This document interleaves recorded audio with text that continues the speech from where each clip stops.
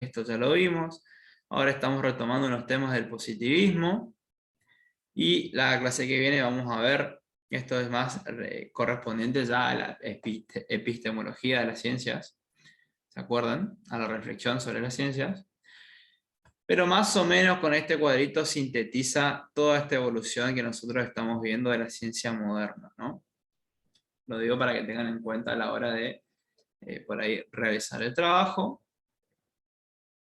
Va a ser muy importante este aporte. Ya, clase que viene veremos esto, pero ahora sí me gustaría analizar en este apartado de manera rápida algunas cuestiones de cuáles eran las dificultades que tuvieron las ciencias sociales al principio para ser consideradas como ciencia.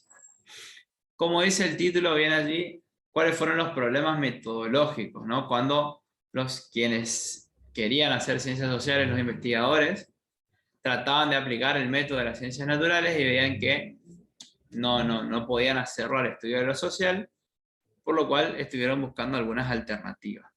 Así que esto es por ahí lo que me gustaría ver. Fíjense como dice allí, mucho tiempo las ciencias sociales fueron miradas de reojo, ya que no se podían ajustar al método de las ciencias naturales, pero sí se buscaron diversas alternativas. Vamos a ver algunas de ellas. Una propuesta, la que vamos a ver ahora, elaborada por este señor, el investigador Ernest Nagel. Vamos a ver qué decía en torno a, fíjense, estas 4 características que nosotros ya bien la vimos desde el principio cuando definimos qué es la ciencia, cómo es el conocimiento científico, cuando vimos en la clase pasada las características de la ciencia moderna. Fíjense que dice allí, nos vamos a enfocar en la experimentación, las leyes universales, predicción, objetividad. 4 ítems que los vamos a ir pasando de manera rápida. Fíjense. Ya de entrada dice que es imposible experimentar en las ciencias naturales al mismo estilo que es imposible experimentar en las ciencias sociales al mismo estilo que en las ciencias naturales, ya lo descarta de entrada, pero sí se pueden buscar algunas alternativas, como dice acá, buscar diferentes situaciones donde se manifiesta uno de estos fenómenos, ¿no? Ya de entrada estamos viendo cómo algunas cosas se descartan, no pueden ser 100% iguales, pero sí buscar algunas alternativas que se aproximen un poco, ¿no?, a estas ideas.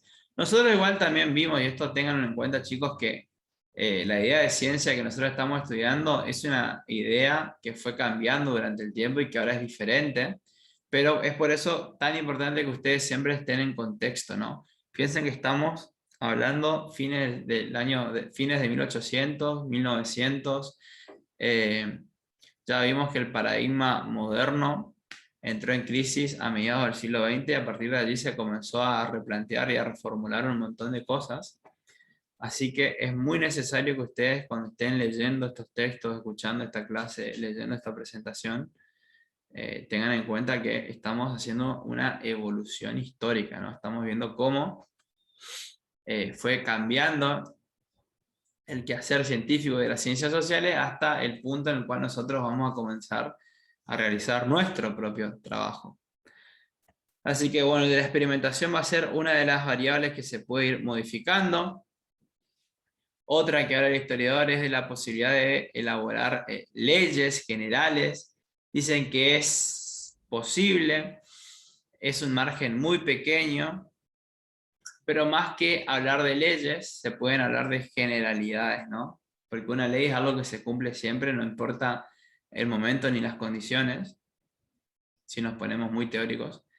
En cambio, sí, este autor dice que se puede hablar de generalizaciones, ¿no?, en base al estudio del hombre, lo cual es muy interesante y es un aporte valioso para el estudio de la humanidad.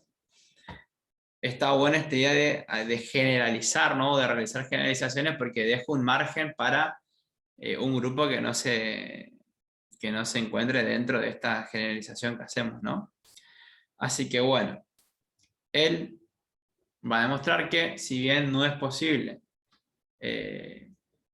formular leyes exactas, precisas, como justamente la ciencia que llevan ese nombre, las exactas, sí que es posible realizar algunas generalizaciones, idealizaciones, tomar algunos casos puntuales como para tener una idea de lo que se está investigando, lo que se está analizando, ¿no?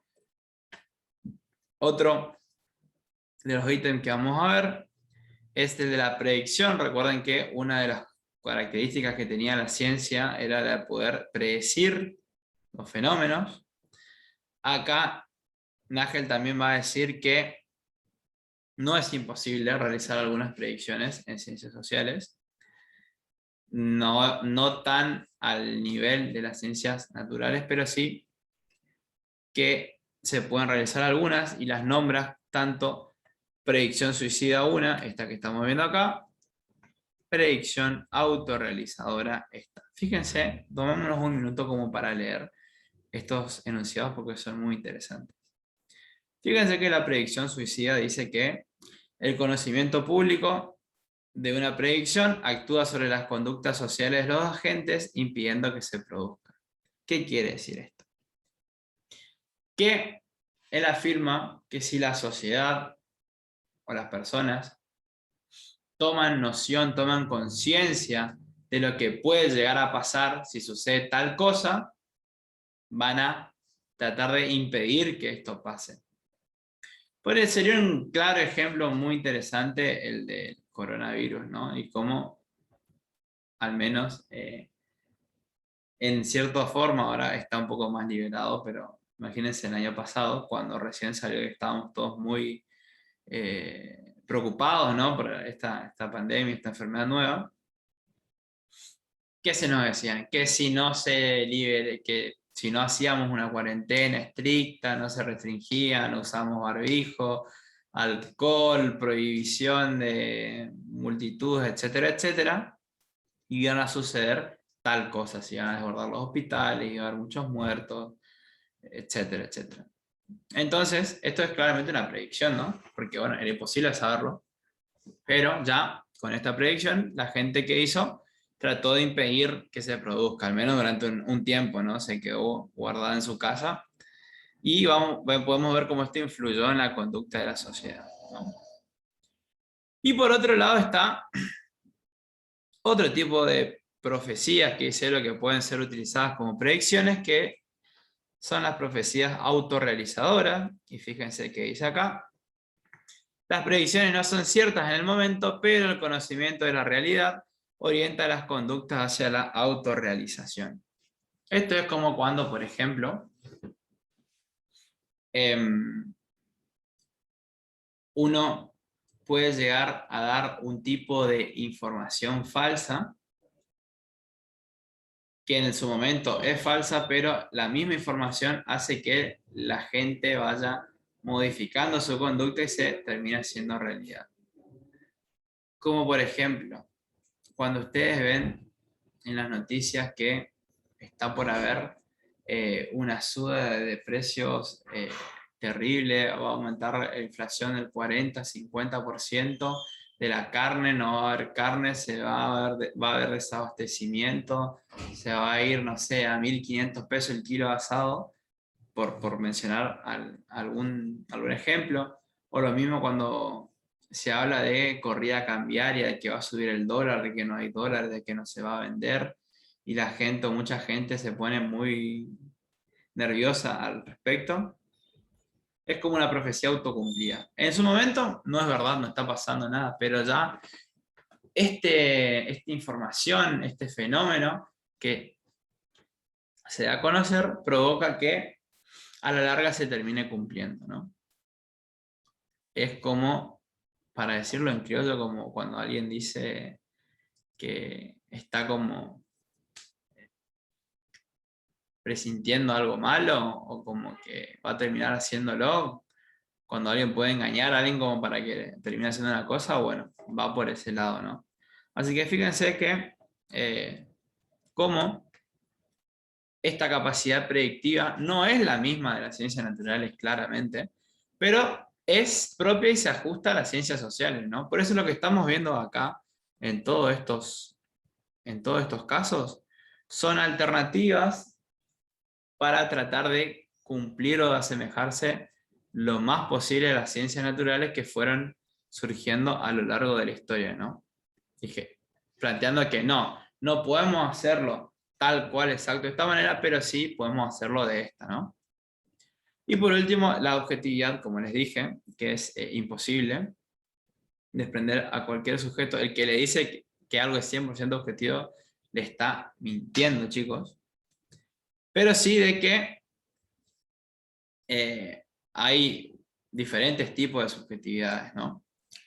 Fíjense que acá incluso hasta en las ciencias naturales el autor nos muestra cómo hay objetividad de por medio, hay subjetividad siempre de por medio.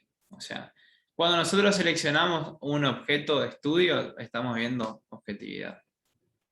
¿Sí? Incluso en las mismas ciencias naturales, piensen ahora en el caso de las vacunas, y como en algo que se supone es 100% científico, porque hay miles de científicos detrás, inversiones, financiación en dólares, en euros, para la investigación, hay problemas y hay mucha gente o muchos gobiernos que están en una lucha de algo que se supone que está 100% comprobable, entra a jugar la subjetividad y se entra a desconfiar, ¿no? O a la hora de elegir un tema, si alguien elige un tema de investigación, por ejemplo, vamos a estudiar, nosotros queremos analizar los basurales de mi ciudad, los diferentes gobiernos, quiero estudiar tal partido político o no, quiero estudiar esta problemática o la evolución de esta religión, etcétera, por así tirar un tema al azar, ya está mostrando algo de subjetividad, ¿no? Lo mismo a la hora de elaborar las conclusiones, elaborar ustedes cuando estén redactando su informe. Todo lo que ustedes digan tiene que tener un sustento teórico y en base a fuentes. Por ejemplo, ustedes para hacer algún tipo de afirmación cuando estén realizando su trabajo práctico, se supone que previamente hicieron una recopilación bibliográfica, estuvieron buscando textos que hablen de ese tema. También se supone que hicieron entrevistas, observación de campo, encuestas, fueron a visitar diferentes lugares. Es decir, hay muchas formas de validar, entre comillas, lo que yo estoy diciendo. Ojo que esto no significa que yo tenga la razón, ¿no? Pero sí de que lo que yo estoy diciendo tiene sustento. Es muy diferente que yo diga, por ejemplo. ¿Sí? En la localidad de, no sé, San Juan, los recursos del municipio son mal utilizados porque se gasta tanto en tal cosa y falta acá, y estuvimos hablando con el funcionario público fulanito, estos son los registros de cuenta de los gastos del municipio, cuánto dinero recibió de impuestos. Estamos acá haciendo una entrevista con la gente que trabajó en la pavimentación de la calle San Martín. Es decir, poniendo un ejemplo, eso sería